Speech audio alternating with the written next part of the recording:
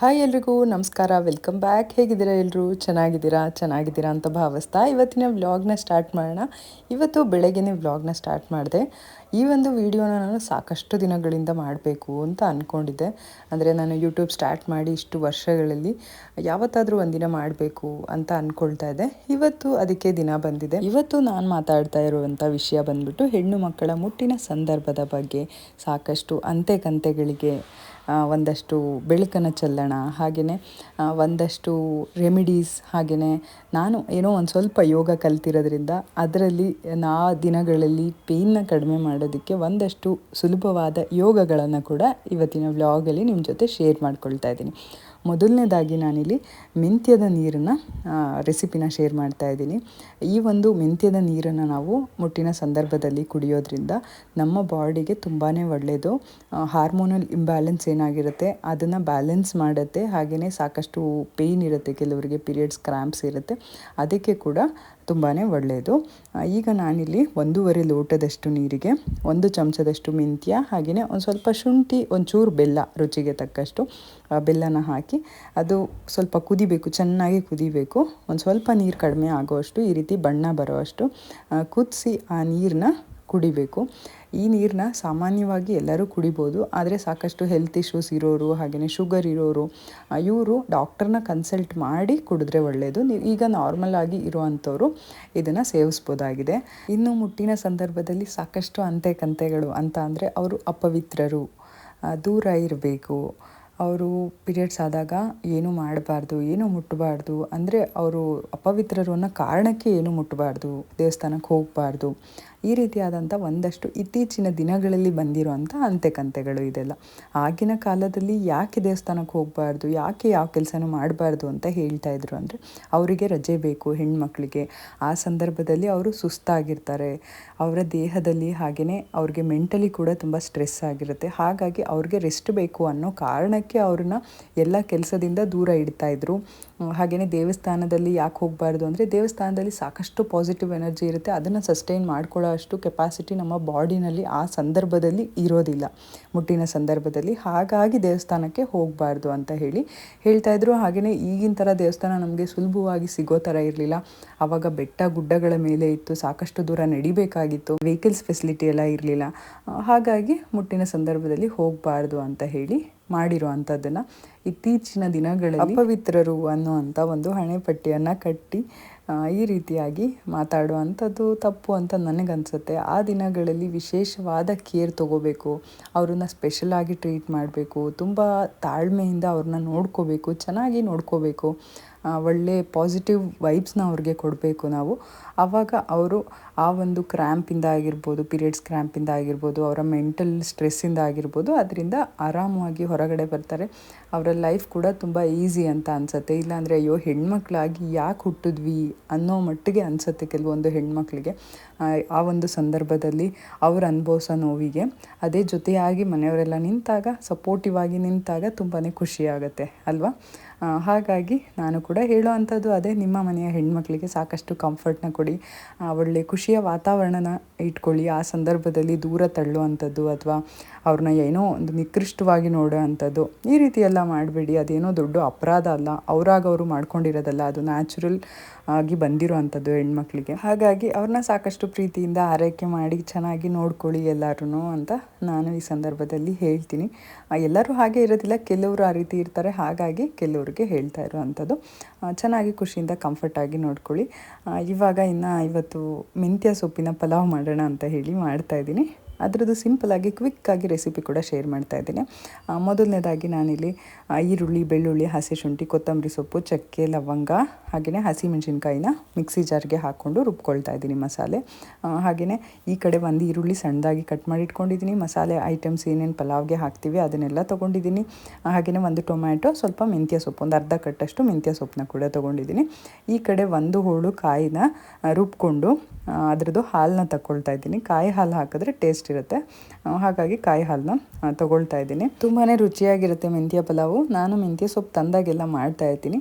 ಇವಾಗ ಎಲ್ಲ ರೆಡಿ ಮಾಡ್ಕೊಂಡಿದ್ದಾಯಿತು. ಈ ಕಡೆ ಸ್ಟವ್ ಮೇಲೆ ಕುಕ್ಕರ್ನ ಬಿಸಿಗಿಟ್ಟು ಒಂದು 2 ಚಮಚದಷ್ಟು ಎಣ್ಣೆ ಹಾಗೆಯೇ 1-2 ಚಮಚದಷ್ಟು ತುಪ್ಪನ ಸೇರಿಸ್ಕೊಂಡು ಅದು ಬಿಸಿಯಾದ ನಂತರ ನಾವು ಚಕ್ಕೆ, ಲವಂಗ, ಏಲಕ್ಕಿ ಹಾಗೆಯೇ ಮರಾಠಿ ಮೊಗ್ಗು ಮತ್ತು ಪಲಾವ್ ಎಲೆ ಮತ್ತು ಪಲಾವ್ಗೆ ಏನೇನು ಸಾಮಾನೆಲ್ಲ ತೊಗೊಳ್ತೀವಲ್ಲ ಅದೆಲ್ಲದನ್ನು ಹಾಕ್ಬೋದು. ನಾನು ಸಿಂಪಲಾಗಿ ತೊಗೊಳ್ಳೋ ಅಂಥದ್ದು ಚಕ್ಕೆ, ಲವಂಗ ಮತ್ತು ಪಲಾವ್ ಎಲೆ, ಏಲಕ್ಕಿ ಒಂದು ಹಾಕ್ತೀನಿ, 1-2 ಕಾಳು ಮೆಣಸು ಹಾಗೆಯೇ ಒಂದು ಹೂವು ಬರುತ್ತಲ್ಲ ಅನಾನಸ್ ಹೂವು ಅದು ಅಷ್ಟೇ ಹಾಕುವಂಥದ್ದು. ಅದಾದ ನಂತರ ಒಂದು ಸಣ್ಣದಾಗಿ ಚಾಪ್ ಮಾಡ್ಕೊಂಡಿರೋಂಥ ಈರುಳ್ಳಿ, ಸಣ್ಣದಾಗಿ ಚಾಪ್ ಮಾಡ್ಕೊಂಡಿರೋಂಥ ಟೊಮ್ಯಾಟೊ ಎರಡನ್ನೂ ಹಾಕ್ಬಿಟ್ಟು ಒಂದು ಸ್ವಲ್ಪ ಫ್ರೈ ಮಾಡಿಕೊಂಡು ಅದಾದ ನಂತರ ಒಂದು ಅರ್ಧ ಬಟ್ಲಷ್ಟು ಬಟಾಣಿನ ತೊಗೊಂಡಿದ್ದೀನಿ. ಬಟಾಣಿ ಹಾಕಿದ್ರೆ ಟೇಸ್ಟ್ ಆಗುತ್ತೆ, ಹಾಕದೇ ಇದ್ರೂ ಪರವಾಗಿಲ್ಲ ಇಲ್ಲ ಅಂತ ಅಂದರೆ.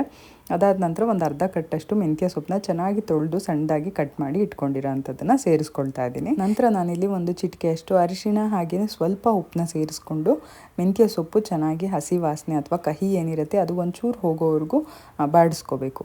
ಅದಾದ ನಂತರ ನಾವಿಲ್ಲಿ ರುಬ್ಬಿರೋ ಅಂಥ ಮಸಾಲೆನ ಸೇರಿಸ್ಕೊಳ್ತಾ ಇದ್ದೀನಿ. ಅಂದರೆ ಈರುಳ್ಳಿ, ಬೆಳ್ಳುಳ್ಳಿ, ಹಸಿ ಶುಂಠಿ, ಕೊತ್ತಂಬರಿ ಸೊಪ್ಪು, ಚಕ್ಕೆ, ಲವಂಗ, ಒಂದು ಏಲಕ್ಕಿ ಹಾಗೆಯೇ ಹಸಿ ಮೆಣಸಿನ್ಕಾಯಿ ಇಷ್ಟನ್ನು ಹಾಕಿ ರುಬ್ಕೊಂಡಿದ್ದೆ, ಅದನ್ನು ಸೇರಿಸ್ಕೊಳ್ತಾ ಇದ್ದೀನಿ. ಅದಾದ ನಂತರ ನಾವಿಲ್ಲಿ ತೊಳೆದು ನೆನೆಸಿ ಇಟ್ಕೊಂಡಿರೋ ಅಂಥ ಅಕ್ಕಿನ ಕೂಡ ಅದ್ರ ಜೊತೆಗೆ ಸೇರಿಸ್ಕೊಳ್ತಾ ಇದ್ದೀನಿ. ನೆನೆಸಲೇಬೇಕು ಅಂತ ಏನಿಲ್ಲ, ಹಾಗೇನೂ ಕೂಡ ಹಾಕೋಬೋದು. ನಾನು ಪಲಾವ್ ಏನು ಮಾಡೋಕ್ಕೆ ಅಂತ ರೆಡಿ ಮಾಡ್ಕೊಳ್ತೀನಿ, ಆವಾಗ ಫಸ್ಟೇ ಅಕ್ಕಿನ ತೊಳೆದಿಟ್ಬಿಡ್ತೀನಿ. ಆವಾಗ ಅದು ಚೆನ್ನಾಗಿ ನೆನ್ಕೊಂಡಿರುತ್ತೆ, ರುಚಿ ಕೂಡ ಬರುತ್ತೆ ಹಾಗೆಯೇ ಬೇಗ ಕೂಡ ಆಗುತ್ತೆ. ಇವಾಗ ನಾನಿಲ್ಲಿ 1 ಕಪ್ಪು ಕಾಯಿ ಹಾಲನ್ನ ಹಾಕ್ತಾಯಿದ್ದೀನಿ. ಅದರೊಳಗಡೆ ಒಂದು ಸ್ವಲ್ಪ ಯೆಲ್ಲೋ ಕಲರ್ ಇತ್ತು, ಏನಕ್ಕೆ ಅಂದರೆ ತುಪ್ಪ ಹಾಕಿದ್ನಲ್ಲ ಆ ಚಮಚ ಅದರಲ್ಲಿ ಇಟ್ಟಿದ್ದೆ, ಹಾಗಾಗಿ ಅದು ಕಲರ್ ಬಂದಿದೆ ಅಷ್ಟೇ. ಈಗ ರುಚಿಗೆ ತಕ್ಕಷ್ಟು ಉಪ್ಪು, ಆಲ್ರೆಡಿ ಉಪ್ಪು ಹಾಕಿದ್ದೆ ನಾನು. ಉಪ್ಪು ಹಾಕಿ ನೀರು ಹಾಕಬೇಕು, ಎಷ್ಟು ಬೇಕೋ ಅಷ್ಟು ನೀರನ್ನ ಸೇರಿಸ್ಕೊಂಡು ಚೆನ್ನಾಗಿ ಕುದಿಯೋದಕ್ಕೆ ಬಿಡಬೇಕು. ಇದನ್ನು ನಾವು ಫಸ್ಟೇ ಮುಚ್ಚಬಾರ್ದು, ಯಾಕೆ ಅಂತಂದರೆ ಇದಕ್ಕೆ ನಾವು ಕಾಯಿ ಹಾಲು ಹಾಕಿರೋದ್ರಿಂದ ತಳ ಹಿಡಿಯೋ ಸಾಧ್ಯತೆ ಇರುತ್ತೆ. ಹಾಗಾಗಿ ನಾವೇನು ಮಾಡಬೇಕು, ಚೆನ್ನಾಗಿ ಕುದಿ ಬಂದ ಮೇಲೆ ಮುಚ್ಚಬೇಕು. ಜಾಸ್ತಿ ವಿಷಲು ಬೇಡ ಇದಕ್ಕೆ. ಅಕ್ಕಿ ನೆನೆಸ್ಕೊಂಡಿದ್ರೆ ನೀವು ಒಂದೇ ವಿಷಲ್ ಸಾಕಾಗುತ್ತೆ, ನೆನೆಸ್ಕೊಳ್ದೇ ಇದ್ರೂ ಒಂದೇ ವಿಷಲ್ ಸಾಕು. 2 ವಿಷಲ್ ಆಗಿಬಿಟ್ರೆ ತಳ ಹಿಡಿಯುತ್ತೆ. ಅದು ಅಲ್ಲದೆ ಸ್ಟೀಲ್ ಕುಕ್ಕರಲ್ಲಿ ಬೇಗ ತಳ ಹಿಡಿಯುತ್ತೆ. ಹಾಗಾಗಿ ನಾನಿಲ್ಲಿ ಒಂದೇ ವಿಷಲು ಕೂಗಿಸ್ಕೊಂಡಿರೋದು. ತುಂಬಾ ಚೆನ್ನಾಗಿ ಬಂದಿತ್ತು. ನೀವು ಕೂಡ ಟ್ರೈ ಮಾಡಿ ಹೇಗೆ ಬಂತು ಅಂತ ಕಮೆಂಟ್ ಮಾಡಿ ತಿಳಿಸಿ. ಸಾಕಷ್ಟು ರೆಸಿಪೀಸ್ ಕೂಡ ಮುಂದಿನ ದಿನಗಳಲ್ಲಿ ನಾನು ನಿಮ್ಮ ಜೊತೆ ಶೇರ್ ಮಾಡ್ಕೊಳ್ತೀನಿ, ಸಾಕಷ್ಟು ಒಳ್ಳೊಳ್ಳೆ ರೆಸಿಪೀಸ್ನ. ನಿಮಗೆಲ್ಲ ಇಷ್ಟ ಆಗ್ತಾ ಇದೆ ಅಂತ ಅಂದ್ಕೊಳ್ತೀನಿ. ನನ್ನ ಒಂದು ರೆಸಿಪೀಸ್ ಇಷ್ಟ ಆಗಿದರೆ ಲೈಕ್ ಮಾಡಿ, ಶೇರ್ ಮಾಡಿ ಹಾಗೂ ಕಮೆಂಟ್ ಮಾಡಿ. ಹಾಗೆಯೇ ಸಬ್ಸ್ಕ್ರೈಬ್ ಮಾಡ್ಕೊಳ್ದೆ ಹಾಗೆ ನೋಡ್ತಾ ಇದ್ದರೆ ಸಬ್ಸ್ಕ್ರೈಬ್ ಮಾಡ್ಕೊಳ್ಳಿ, ಸಪೋರ್ಟ್ ಮಾಡಿ. ನಿಮ್ಮ ಪ್ರೀತಿ ಪ್ರೋತ್ಸಾಹ ಸದಾ ಇರಲಿ ಅಂತ ಕೇಳ್ಕೊಳ್ತೀನಿ. ಹಾಗೆಯೇ ಈ ರೆಸಿಪಿ ಆದ ನಂತರ ನಾನಿವಾಗ ಒಂದಷ್ಟು ಯೋಗಾಭ್ಯಾಸಗಳು, ಅಂದರೆ ಪೀರಿಯಡ್ಸ್ ಟೈಮಲ್ಲಿ ಮಾಡುವಂಥ ಒಂದಷ್ಟು ಯೋಗಗಳನ್ನ, ತುಂಬ ಸುಲಭವಾಗಿ ಮಾಡುವಂಥ ಯೋಗಗಳನ್ನ ಇವತ್ತು ನಿಮ್ಮ ಜೊತೆ ಶೇರ್ ಮಾಡ್ಕೊಳ್ತಾ ಇದ್ದೀನಿ. ಇನ್ನು ಮೆಂತ್ಯ ಪಲಾವ್ಗೆ ಬಂದರೆ ಮಕ್ಕಳಂತೂ ತುಂಬಾ ಇಷ್ಟಪಡ್ತಾರೆ, ಮಾಡು ಅಂತ ಹೇಳ್ತಾ ಇರ್ತಾರೆ. ನಾನು ಆಗಾಗ ಮಾಡ್ತಾ ಇರ್ತೀನಲ್ಲ ಮೆಂತ್ಯ ಪಲಾವು. ಆಲ್ರೆಡಿ ಒಂದ್ಸರಿ ರೆಸಿಪಿ ತೋರಿಸಿದೆ ಅನಿಸುತ್ತೆ. ಇವತ್ತು ಹೇಗಿದ್ರು ಬೆಳಗ್ಗೆ ವ್ಲಾಗ್ ಸ್ಟಾರ್ಟ್ ಮಾಡಿದ್ನಲ್ಲ ಅಂತ ಹೇಳಿ ಹಾಗೆ ರೆಸಿಪಿನ ತೋರಿಸ್ದೆ. ಇನ್ನು ಇವತ್ತು ನನ್ನ ರೊಟೀನ್ ಎಲ್ಲ ಕಂಪ್ಲೀಟಾಗಿ ಏನು ಶೇರ್ ಮಾಡಲಿಲ್ಲ. ಮಕ್ಕಳನ್ನೆಲ್ಲ ಕಳಿಸ್ದೆ ಸ್ಕೂಲ್ಗೆ, ಬಾಕ್ಸ್ ಎಲ್ಲ ಲಂಚ್ ಬಾಕ್ಸ್ ಎಲ್ಲ ಪ್ಯಾಕ್ ಮಾಡಿ. ಇವಾಗ ನಾನು ಯೋಗಾಭ್ಯಾಸನ ನಿಮ್ಮ ಜೊತೆ ಶೇರ್ ಮಾಡ್ಕೊಳ್ತಾ ಇದ್ದೀನಿ. ಮೊದಲು ಸ್ವಲ್ಪ ಕೂತ್ಕೊಂಡು ಇದೆಲ್ಲ ಅಂದರೆ ಧ್ಯಾನ ಎಲ್ಲ ಮಾಡಿಕೊಂಡು ಅದಾದ ನಂತರ ಶುರು ಮಾಡ್ತಾ ಇದ್ದೀನಿ. ಇವಾಗ ಮೊದಲನೇದಾಗಿ ನಾನು ತೋರಿಸ್ತಾ ಇರೋವಂಥದ್ದು ಬಟರ್ಫ್ಲೈ ಪೋಸ್ ಅಂತ ಹೇಳ್ತೀವಿ. ಇದಕ್ಕೆ ಕನ್ನಡದಲ್ಲಿ ಪದ್ಮಕೋನಾಸನ ಅಂತ ಹೇಳ್ತೀವಿ. ಮೊದಲನೇದಾಗಿ ನಾವು 2 ಕಾಲುಗಳನ್ನು ಮಡಚಿ ನಮ್ಮ ಹತ್ತಿರ ತೆಗೆದುಕೊಳ್ಬೇಕು. ಅದಾದ ನಂತರ 2 ಪಾದಗಳನ್ನು ನಮ್ಮ 2 ಕೈಗಳಿಂದ ಬಿಗಿಯಾಗಿ ಹಿಡಿದು ಚಿಟ್ಟೆಗಳಂತೆ 2 ಕಾಲುಗಳನ್ನು ನಾವು ಬಡಿಬೇಕು. ಹಾಗಾಗಿ ಇದನ್ನು ಬಟರ್ಫ್ಲೈ ಪೋಸ್ ಅಂತ ಕರಿತೀವಿ ಅಥವಾ ಬದ್ಧಕೋನಾಸನ ಅಂತ ಹೇಳ್ತೀವಿ. ಇದು ಮಹಿಳೆಯರಿಗೆ ತುಂಬಾ ಉಪಯುಕ್ತ ಆಗಿರುವಂಥ ಒಂದು ಯೋಗಾಸನ. ನಮ್ಮ ಸೊಂಟ ಅಂದರೆ ಕೆಳ ಸೊಂಟ ಹಾಗೆಯೇ ಕಾಲುಗಳು ಇದೆಲ್ಲದಕ್ಕೂ ತುಂಬಾ ಒಳ್ಳೆಯದು. ಹಾಗೆಯೇ ಮನಃಶಾಂತಿಗೂ ಕೂಡ ಇದು ತುಂಬಾ ಒಳ್ಳೆಯದು. ಅಂದರೆ ತಾಳ್ಮೆ ಕೊಡುತ್ತೆ, ಹಾಗೆಯೇ ಒಂದು ಸ್ಥಿರತೆ ಕೊಡುತ್ತೆ. ಹಾಗಾಗಿ ಈ ಯೋಗನ ಪ್ರತಿದಿನ ಮಾಡಿದ್ರೆ ತುಂಬಾ ಒಳ್ಳೆಯದು. ಪೀರಿಯಡ್ಸ್ ಟೈಮಲ್ಲಿ ಮಾಡೋದ್ರಿಂದ ನಿಮಗೆ ಸೊಂಟ ನೋವು, ಕೆಳ ಸೊಂಟದ ನೋವು ಇರೋರು ತುಂಬಾ ಒಳ್ಳೆಯದು. ಇದನ್ನು ಮಾಡೋದ್ರಿಂದ ಕಾಲುಗಳ ಸ್ನಾಯು ಸೆಳೆತ ಇರುತ್ತಲ್ಲ ಅವ್ರಿಗೂ ಕೂಡ ತುಂಬಾ ಒಳ್ಳೆಯದು. ಇನ್ನು ಬದ್ಧಕೋನಾಸನದ ಮುಂದುವರಿದ ಭಾಗವಾಗಿ ನಾನು ಮಾಡ್ತಾ ಇರೋವಂಥದ್ದು ಸುಪ್ತ ಬದ್ಧಕೋನಾಸನ ಅಂತ ಹೇಳಿ. ಇದು ಪೀರಿಯಡ್ಸ್ ಟೈಮಲ್ಲಿ ಹೊಟ್ಟೆ ನೋವಿರೋರಿಗೆ ತುಂಬಾ ಒಳ್ಳೆಯದು, ಹಾಗೆಯೇ ಸೊಂಟ ನೋವಿರೋರಿಗೂ ಕೂಡ ತುಂಬಾ ಒಳ್ಳೆಯದು. ಇನ್ನು ಈ ರೀತಿಯಾಗಿ ಏನು ನಾವು ಬಟರ್ಫ್ಲೈ ಪೋಸ್ನ ತೊಗೊಂಡಿರ್ತೀವಿ ಅದೇ ಆಕಾರದಲ್ಲಿ ನಾವು ಮಲ್ಕೋಬೇಕು. ಅದೇ ಆಕಾರದಲ್ಲಿ ಕೈಗಳನ್ನ ಹಿಂಭಾಗ ಮಾಡಿಕೊಂಡು ಮಲ್ಕೋಬೇಕು. ಹಾಗೆಯೇ ಯಾವುದೇ ಯೋಗ ಮಾಡಬೇಕಿದ್ರೆ ಬ್ರೀದಿಂಗ್ ತುಂಬಾ ಇಂಪಾರ್ಟೆಂಟು. ಬ್ರೀದ್ ಇನ್ ಬ್ರೀತ್ ಔಟ್ ಮಾಡಲೇಬೇಕು. ಬಾಯಿ ತೆರೆದು ಮಾಡಬಾರ್ದು, ಬಾಯಿ ಮುಚ್ಚಿ ಮೂಗಿನಿಂದ ಉಸಿರಾಡಬೇಕು, ಜೋರಾಗಿ ಉಸಿರಾಡಬೇಕು. ಇದರಿಂದ ನಮಗೆ ಬ್ಲಡ್ ಸರ್ಕ್ಯುಲೇಷನ್ ಚೆನ್ನಾಗಾಗತ್ತೆ. ಹಾಗಾಗಿ ಯಾವುದೇ ಯೋಗ ಮಾಡಬೇಕಿದ್ರೆ ಬ್ರೀತ್ ಇನ್ ಬ್ರೀತ್ ಔಟ್ನ ಮಾಡ್ಕೊ. ಮುಂದಿನ ಆಸನ ವಜ್ರಾಸನ. ತುಂಬಾ ಸುಲಭವಾಗಿರುವಂಥ ಆಸನ ಇದು. ನಾನಿಲ್ಲಿ ತೋರಿಸ್ತಾ ಇರೋ ಎಲ್ಲ ಯೋಗಾಸನಗಳ ಭಂಗಿಗಳು ತುಂಬಾ ಸುಲಭವಾಗಿರುವಂಥದ್ದು. ವಜ್ರಾಸನ ಅಂತ ಅಂದರೆ ಈ ರೀತಿಯಾಗಿ ಎರಡು ಪಾದಗಳನ್ನ ಮೇಲೆ ಮಾಡಿಕೊಂಡು ಕಾಲುಗಳ ಮೇಲೆ ನಾವು ಕುತ್ಕೊಳ್ಬೇಕಾಗಿರುವಂಥದ್ದು. ಹಿಮ್ಮಡಿ ಮೇಲೆ ನಾವು ನಮ್ಮ ದೇಹವನ್ನು ಇರಿಸಿ ಕುತ್ಕೊಳ್ಳುವಂಥದ್ದು ವಜ್ರಾಸನ.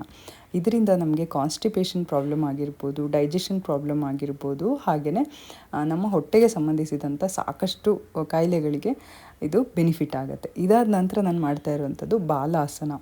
ಬಾಲಾಸನ ಅಂದರೆ ಚೈಲ್ಡ್ ಪೋಸ್. ಈ ಎಲ್ಲ ಸುಲಭವಾದ ಯೋಗಾಸನದ ಭಂಗಿಗಳನ್ನ ನೀವು ಪೀರಿಯಡ್ಸ್ ಅಲ್ಲದೇ ಪ್ರತಿದಿನವೂ ಕೂಡ ಮಾಡ್ಬೋದು. ಆದರೆ ಪೀರಿಯಡ್ಸ್ ಟೈಮಲ್ಲಿ ಕ್ರ್ಯಾಂಪ್ಸ್ ಅಥವಾ ಒಂದಷ್ಟು ಇಂಬ್ಯಾಲೆನ್ಸಸ್ ಬಾಡಿನಲ್ಲಿ ಏನು ನಮಗೆ ಫೀಲ್ ಆಗ್ತಾ ಇರುತ್ತೆ ಅದೆಲ್ಲದಕ್ಕೂ ತುಂಬಾ ಒಳ್ಳೆಯದು. ಹಾಗಾಗಿ ಒಂದಷ್ಟು ಸುಲಭವಾಗಿರುವಂಥ ಯೋಗದ ಭಂಗಿಗಳನ್ನ ನಿಮಗೆ ತೋರಿಸ್ತಾ ಇರುವಂಥದ್ದು. ಇವಾಗ ನಾನಿಲ್ಲಿ ಅದರ ಮುಂದುವರಿದ ಭಾಗವಾಗಿ ಕೌ ಪೋಸ್ ಆಗಿನೇ ಏನು ಕ್ಯಾಟ್ ಪೋಸ್ ಅಂತ ಹೇಳ್ತೀವಿ ಅದನ್ನು ನಾನು ನಿಮ್ಮ ಜೊತೆ ಶೇರ್ ಮಾಡ್ಕೊಳ್ತಾ ಇದ್ದೀನಿ. ಇದರ ನೇಮ್ಗಳನ್ನೆಲ್ಲ ನಾನು ಸ್ಕ್ರೀನ್ ಮೇಲೆ ತೋರಿಸ್ತಾ ಇರ್ತೀನಿ. ಯಾವುದೇ ಯೋಗ ಮಾಡಬೇಕಿದ್ರೂ ನಾವು ಉಸಿರಾಡೋದು ತುಂಬಾ ಮುಖ್ಯ. ಬ್ರೀತ್ ಇನ್ ಬ್ರೀತ್ ಔಟ್, ಇದನ್ನು ನೆನಪಲ್ಲಿ ಇಟ್ಕೊಳ್ಳಿ. ಇದಾದ ನಂತರ ನಾನಿಲ್ಲಿ ಮಾಡ್ತಾ ಇರುವಂಥದ್ದು ಭುಜಂಗಾಸನ. ಇದು ಕೂಡ ತುಂಬಾ ಒಳ್ಳೆಯದು. ಭುಜಂಗಾಸನ ಪ್ರತಿದಿನ ಮಾಡಬೇಕು. ಅದಾದ ನಂತರ ಮಾಡ್ತಾ ಇರೋವಂಥದ್ದು ಮಕರಾಸನ ಅಥವಾ ಕ್ರೊಕೊಡೈಲ್ ಪೋಸ್ ಅಂತ ಕೂಡ ಇದನ್ನು ಕರೀತಾರೆ. ಇದರಿಂದ ನಮ್ಮ ಬಾಡಿ ರಿಲ್ಯಾಕ್ಸ್ ಆಗುತ್ತೆ, ನರ್ವಸ್ ಸಿಸ್ಟಮ್ ಕೂಡ ರಿಲ್ಯಾಕ್ಸ್ ಆಗುತ್ತೆ. ಸ್ಲೋ ಆಗಿ ಉಸಿರಾಡಬೇಕು. ಈ ಒಂದು ಮಕರಾಸನ ಮಾಡುವಾಗ ನಿಧಾನವಾಗಿ ಉಸಿರಾಡಬೇಕು. ಸ್ವಲ್ಪ 1 to 3 ಮಿನಿಟ್ಸ್ ರಿಲ್ಯಾಕ್ಸ್ ಮಾಡ್ಕೋಬೇಕು. ಅದಾದ ನಂತರ ನಾವು ಮುಂದಿನ ಪೋಸ್ಗೆ ಹೋಗೋಣ. ಓಕೆನಾ? ಈ ಒಂದು ಪೋಸಿಂದ ನಮ್ಮ ಬಾಡಿಗೆ ರಿಲ್ಯಾಕ್ಸೇಷನ್ ಸಿಗುತ್ತೆ.